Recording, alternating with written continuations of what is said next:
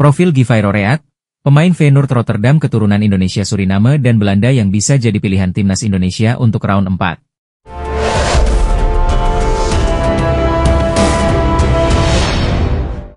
Profil Givayro Reat, pemain Feyenoord Rotterdam yang bisa jadi pilihan timnas Indonesia akan diulas dalam video ini.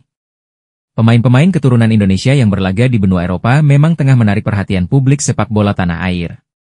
Bahkan, Federasi Sepak Bola Indonesia, PSSI, dan pelatih timnas Indonesia, Patrick Kluivert tertarik terus membidik pemain keturunan agar bisa dinaturalisasi. Dalam kurun waktu beberapa bulan kebelakang, sudah ada banyak pemain yang dinaturalisasi oleh PSSI. Berikut profil Givayro Reat, pemain Feyenoord Rotterdam keturunan Indonesia Suriname dan Belanda yang mungkin bisa jadi pilihan timnas Indonesia.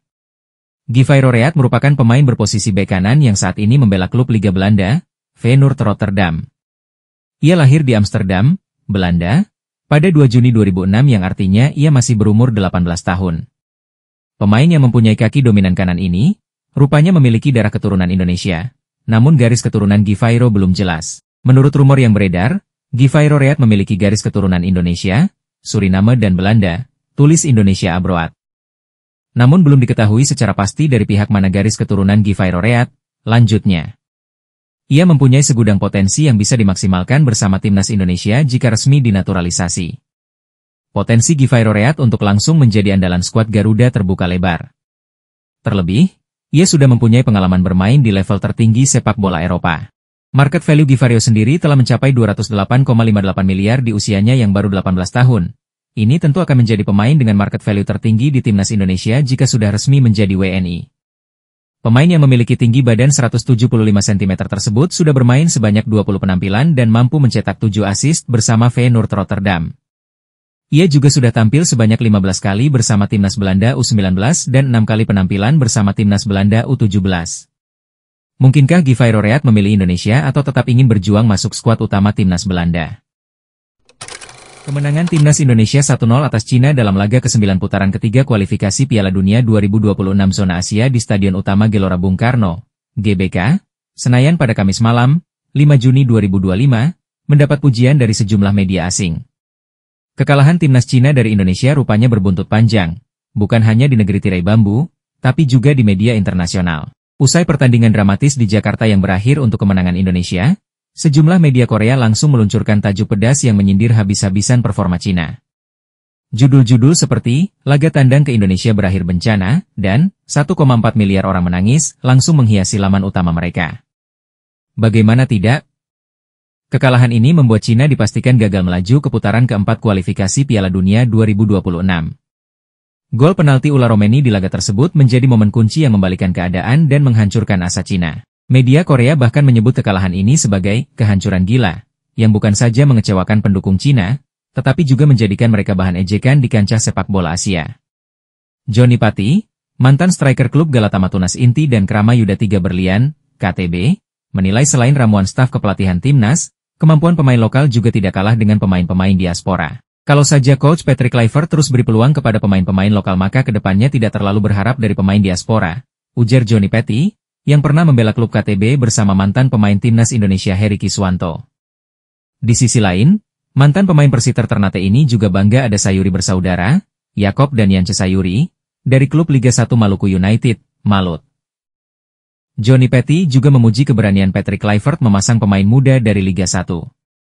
Egy, Bakham, dan Sayuri adalah pemain bintang Indonesia masa depan. Lihat saja bagaimana aksi Egy dan Ula dengan skill yang mumpuni bikin gerakan 1-2 nyaris bikin gol, ujar Johnny Patti kepada KBA News di GBK Senayan usai menyaksikan pertandingan Indonesia versus Cina.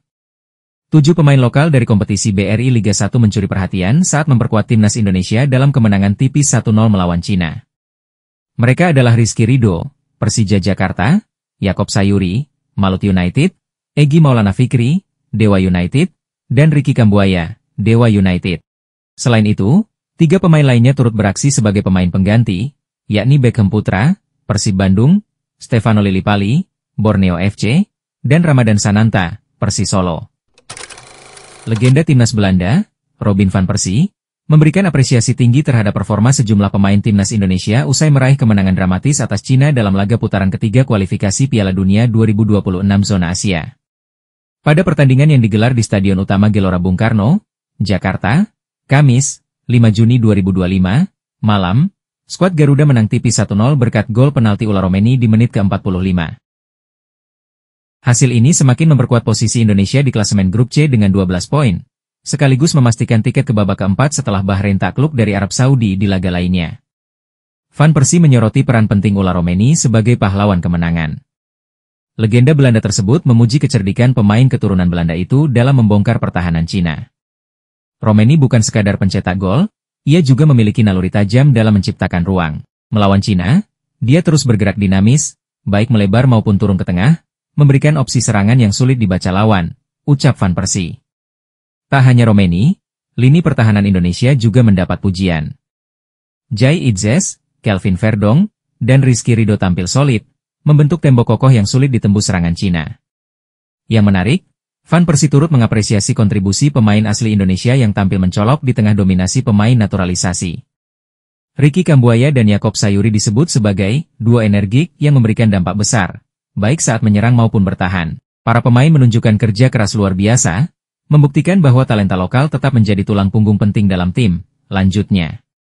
Selain itu, Egy Maulana Fikri juga dinilai memberikan performa hidup, sementara Emil Audero sukses menepis kegugupan dalam debutnya sebagai penjaga gawang timnas Indonesia.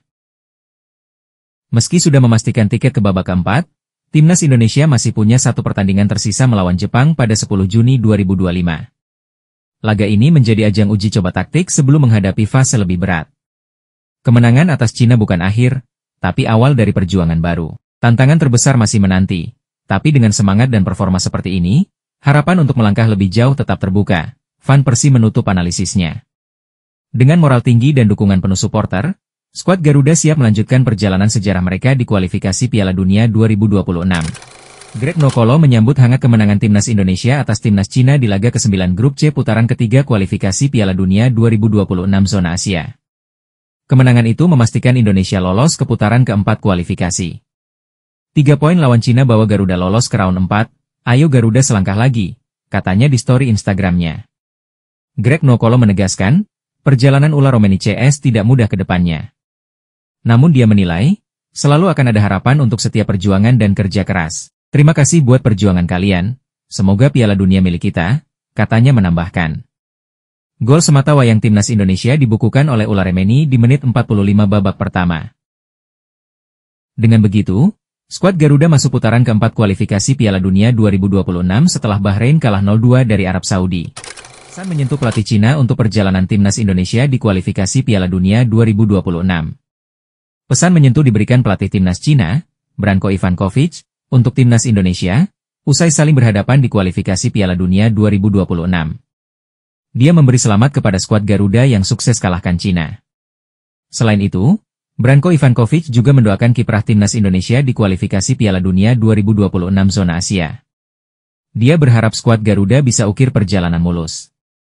Timnas Cina menelan kekalahan dari Indonesia 0-1 di laga ke-9 putaran ketiga kualifikasi Piala Dunia 2026 zona Asia. Pertandingan itu digelar di Stadion Utama Gelora Bung Karno, SUGBK, Jakarta pada Kamis, 5 Juni 2025. Gol kemenangan skuad Garuda dicetak oleh Ula Romeni, 45, via penalti. Kekalahan ini menutup jalan timnas Cina untuk lolos ke Piala Dunia 2026. Sebab, mereka dipastikan tidak bisa lolos langsung ataupun melanjutkan perjuangan ke putaran 4 kualifikasi. Saat ini, mereka berstatus sebagai juru kunci dengan koleksi 6 poin. Sementara, timnas Indonesia melebarkan peluang untuk lolos ke putaran keempat kualifikasi. Mereka saat ini telah mengoleksi 12 poin dari 9 pertandingan. Usai pertandingan, Ivankovic mengucapkan sekamat untuk kemenangan timnas Indonesia. Dia mendoakan yang terbaik untuk keberuntungan timnas Indonesia di laga selanjutnya. Selamat untuk Indonesia atas kemenangannya. Semoga beruntung untuk babak selanjutnya, kata Ivankovic, dalam konferensi pers pasca laga, Kamis, 5 Juni 2025. Indonesia berada di situasi yang bagus untuk lolos ke putaran 4, sambungnya. Ivankovic mengakui, pertandingan melawan timnas Indonesia merupakan laga yang keras. Dia mengatakan, tim Dragons julukan timnas Cina sudah mencoba yang terbaik dalam laga tersebut. Laga tadi merupakan laga yang keras, pemain kami sudah mencoba apapun yang kami bisa, tutupnya. Timnas Indonesia mengalahkan Cina 1-0 pada matchday 9 grup C putaran ketiga kualifikasi Piala Dunia 2026 di Stadion Utama Gelora Bung Karno, Kamis, 5 Juni 2025, malam waktu Indonesia Barat. Gol penalti Ula Romeni pada menit ke-45 menentukan kemenangan Garuda. Hasil positif ini memperbesar peluang timnas melaju ke putaran keempat kualifikasi. Indonesia bakal lolos ke fase tersebut jika Arab Saudi menaklukkan Bahrain, Jumat, 6 Juni 2025, dini hari waktu Indonesia Barat.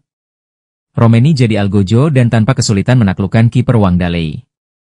Indonesia unggul 1-0 di menit ke-45. Skor berakhir 1-0 hingga babak kedua berakhir dan menjadi penentu kemenangan timnas Indonesia. Bekuk timnas Cina, timnas Indonesia, terbang tinggi, di ranking FIFA. Kemenangan timnas Indonesia atas timnas Cina membawa dampak signifikan pada peringkat FIFA. Skuad Garuda mengalami lonjakan besar berkat hasil positif ini. Timnas Indonesia baru saja menyelesaikan pertandingan ke-9 di grup C babak ketiga kualifikasi Piala Dunia 2026 zona Asia. Mereka menjamu timnas Cina di Stadion Utama Gelora Bung Karno.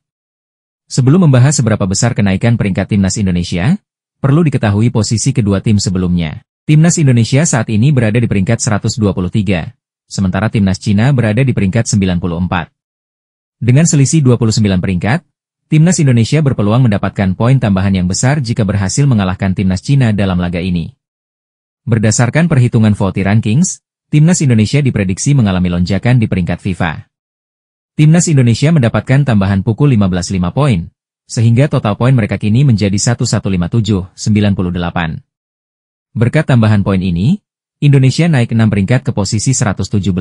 Namun, angka ini masih bisa berubah tergantung hasil pertandingan negara lain serta laga terakhir mereka melawan Jepang. Si Erick Thohir buka suara kenapa sampai dengan saat ini masih belum ada posisi asisten pelatih lokal di timnas Indonesia dan juga direktur teknik, Dirtek, PSSI. Erick Thohir mengaku kedua posisi tersebut masih dicari dan dipilih yang terbaik enggan terburu-buru. Ia masih seleksi, asisten pelatih lokal, sama kalau ditanya direktur teknik masih nyari, saya nggak mau bohong, kata Erick Thohir saat ditemui di Stadion Madia, Jakarta, Senin, 2 Juni 2025. Ngapain juga kita buru-buru ternyata salah pilih orang, sambung mantan Presiden Inter Milan tersebut. Lebih lanjut, Erick Thohir mengatakan transformasi sepak bola Indonesia terus berjalan terutama di level timnas Indonesia.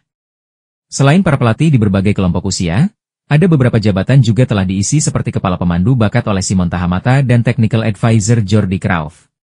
Kita sudah mulai bangun, sekarang kepelatihan senior sudah ada, U23 sudah ada, U20 nanti diumumkan, U17 sudah ada, ia menjelaskan. Scouting system tadi juga sudah mulai, ada Om Simon, Tahamata, ditambah lagi ada technical advisor, technical direktornya yang kita perlu, cari, dan ini yang kita coba sinergikan ke depan, tambahnya.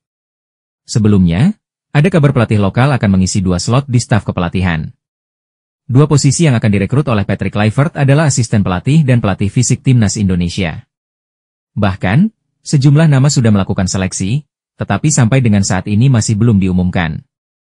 Beberapa nama yang sudah diketahui adalah Zulkifli Syukur dan Kurniawan Dwi Yulianto. Adapun Patrick Kluivert sedang mempersiapkan timnas Indonesia untuk ronde ketiga kualifikasi Piala Dunia 2026 zona Asia pada Juni mendatang.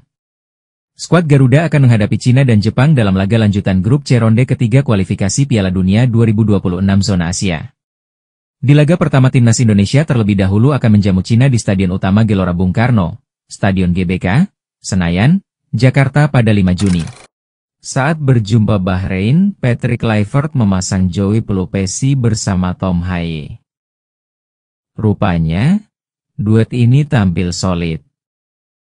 Joey Pelupesi main sederhana, gesit, juga cerdik. Aksinya tak menonjol, tetapi dampaknya signifikan. Akankah duet Tom Haye dan Pelupesi akan dipermanenkan? Kiranya tak ada alasan untuk mengesampingkan duet pemain kaya pengalaman tersebut. Apakah ini tanda bahwa Ivar Jenner akan tersisih? Ivar Jenner sepertinya harus rela disimpan Patrick Kluivert. Namun, bukan berarti harus pasrah, sebab segala kemungkinan bisa terjadi. Pasalnya Tom Haye jarang tampil penuh 90 menit. Pemain yang baru berpisah dengan Almer City ini dominan diganti pada babak kedua. Ini kans bagi Ivar Jenner untuk mengambil posisi itu. Hanya saja, Ricky Kambuaya juga punya potensi jadi pilihan. Patrick Kluivert telah memberinya kesempatan saat melawan Bahrain. Ricky Kambuaya tampil impresif di waktu yang sangat sempit. Bukan tidak mungkin, Ricky Kambuaya jadi pilihan saat Tom Haye terkendala. Apalagi Ricky Kambuaya punya umpan-umpan terobosan tajam serta gocekan licin bak belut. Dalam situasi ini Nathan Choeon tak bisa tinggal diam. Pemain yang beroperasi di sisi kiri ini niscaya akan berjuang keras agar menjadi pilihan di jantung timnas. Persaingan ketat berarti pula bakat-bakat hebat siap melesat. Ini situasi positif bagi timnas Indonesia. Asa lolos ke putaran keempat kualifikasi Piala Dunia 2026 kian terbuka. Akhirnya, setelah setiap agenda timnas Indonesia selalu ada pemain naturalisasi baru, kali ini bersih, PSSI menunda proses naturalisasi skuad Garuda. Bagi pelatih, hadirnya pemain baru dengan kualitas mumpuni selalu memberi angin segar. Namun, sering juga ada kendala yang membuat permainan tak lancar. Chemistry antar pemain biasanya jadi biang kerok. Pemain yang baru datang tak bisa langsung nyetel atau paham gaya bermain rekannya. Kendati sering disangkal, ini fakta nyata. Kini Patrick Kluivert tak berhadapan dengan situasi tersebut. Saat ini tak ada pemain baru yang harus berkenalan dengan kultur sepak bola serta budaya sebuah bangsa yang baru. Dan, urusan chemistry ini selalu terkorelasi dengan jantung. Para pemain yang memompa denyut permainan atau menjadi penyambung antar lini permainan di atas lapangan. Tom Haye, Ivar Jenner, Nathan Choeon, Ricky Kambuaya, dan Joey Pelupesi kiranya jadi penyambung lidah permainan timnas Indonesia ala Patrick Kluivert. Tom Haye yang disebut profesor tentu saja jadi poros utama. Visi bermainnya paling menonjol dan didukung umpan panjang akurat. Mata Tom Haye jeli melihat situasi permainan kawan dan lawan. Mungkin belum ada pemain yang kualitasnya setara Tom Haye, tetapi bakat yang lain tak kalah menjanjikan. Pendekatan gelandang lainnya sangat berbeda dengan gaya Tom Haye. Dalam situasi ini, dibutuhkan gelandang perusak pendamping yang tak kalah cerdik. Untuk saat ini sosok yang tampak ideal mendampingi Tom Haye adalah Pelupesi meski baru bermain sekali. Satu yang pasti, Cina akan bermain menunggu. Mereka akan menumpuk pemain di tengah dan belakang. Sambil bermain sabar, mereka akan mencari titik lemah serangan balik. Karenanya timnas Indonesia tak boleh terpancing. Pemain kaya pengalaman sangat dibutuhkan untuk mengendalikan situasi seperti ini. Kabar baiknya, lini tengah Indonesia penuh bakat dan penuh persaingan yang ketat untuk dapat tempat bermain di lapangan. Pemain naturalisasi kini lekat dengan timnas Indonesia usai banyak pemain keturunan yang membela merah putih. Skuad asuhan Patrick Kluivert bahkan menjadi pantauan bagi negara pesaing termasuk Malaysia. Meski belum dikonfirmasi oleh PSSI, media Malaysia, Makan Bola menyoroti nama baru yang akan segera bergabung dengan timnas Indonesia. Jalan menuju Piala Dunia 2026 semakin lebar, PSSI dan Patrick Kluivert berencana menambah pemain di timnas Indonesia. Pemain itu berdarah Indonesia dan tumbuh besar di Eropa, tulis Makan Bola. Pemain yang dikaitkan adalah pemain AS Roma.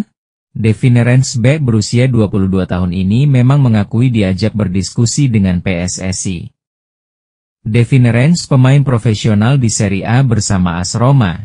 Jika setuju dinaturalisasi, maka bek berusia 22 tahun itu akan menjadi tambahan kualitas di lini belakang, tulis laporan tersebut. Kini skuad Garuda diisi pemain-pemain berkelas yang bermain di liga-liga top Eropa, lanjutnya. Ini tentu ancaman nyata untuk negara-negara di ASEAN, tak terkecuali Malaysia. Sekarang level Indonesia sudah berada jauh di atas kita. Malaysia, tulis makan bola. Nama lain yang ada dalam radar Morning Sport adalah wonderkid Vitesse, Miliano Jonathans.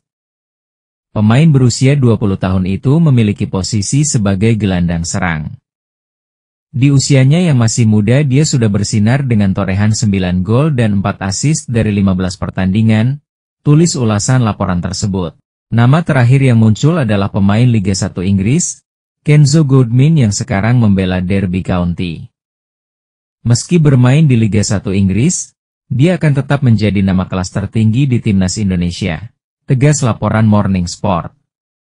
Memasuki hari ketiga pemusatan latihan atau training center, TC, Timnas Indonesia di Bali, muncul rumor di tubuh skuad Garuda mengenai pencoretan Sandy Walsh. Bek sayap ini dikabarkan dalam kondisi cedera dan memerlukan waktu pemulihan cukup lama. Hingga Rabu 28 Mei 2025, Sandy Walsh belum bergabung dengan skuad timnas yang melakoni TC di Bali. Ia sudah melewatkan 2 kali latihan bersama skuad Garuda. Kabar pencoretan Sandy Walsh pun dibarengi rumor Garuda Caling alias pemanggilan pemain baru. Timnas Indonesia melalui Instagram resminya memberikan sinyal bakal ada pemain baru yang dipanggil, Garuda Caling, yang rencananya diumumkan pada Kamis 29 Mei 2025 siang. Manajer Timnas Indonesia Sumarji saat coba dikonfirmasi terkait pemanggilan pemain baru tersebut belum menyampaikan keterangan apapun. Panggilan mendadak sebelumnya juga dilakukan terhadap Beckham Putra Nugraha. Penyerang Persib Bandung itu menggantikan Septian Bagaskara yang cedera. Kini, tampaknya pemain yang dipanggil adalah penutup posisi Sandy Walsh yang belum bisa bergabung karena cedera. Pemanggilan pemain baru bukanlah hal yang mustahil saat pemain lain yang dipanggil berpotensi tidak bisa bergabung, seperti disampaikan sang pelatih Patrick Kluivert. Septian cedera yang kami tahu, Ragnar Oratmangoen juga cedera sayangnya. Sandy masih cedera. Saya berbicara dengan dia, masih tidak yakin apa dia bisa datang atau tidak, kata pelatih Timnas Indonesia Patrick Kluivert saat latihan. Mungkin saya bisa memanggil pemain lain, kita tidak pernah tahu, pungkas Kluivert. Menarik ditunggu, siapa sosok pengganti Sandy Walsh yang akan dipanggil Kluivert? Apakah pemain yang berposisi bek sayap kanan sesuai posisi asli Sandy Walsh, atau memanggil pemain berposisi bek tengah? Kluivert bisa saja memanggil pemain bek tengah sebagai pengganti Sandy Walsh, mengingat pemain sayap kanan sudah melimpah. Tambahan pemain center back akan menambah kekuatan lini belakang timnas. Apalagi sampai hari ketiga TC di Bali, kondisi bek tengah Jordi Amat juga masih meragukan. Meski sudah bergabung dengan skuad Garuda di Bali, namun Jordi Amat belum pernah mengikuti 2 kali latihan sebelumnya.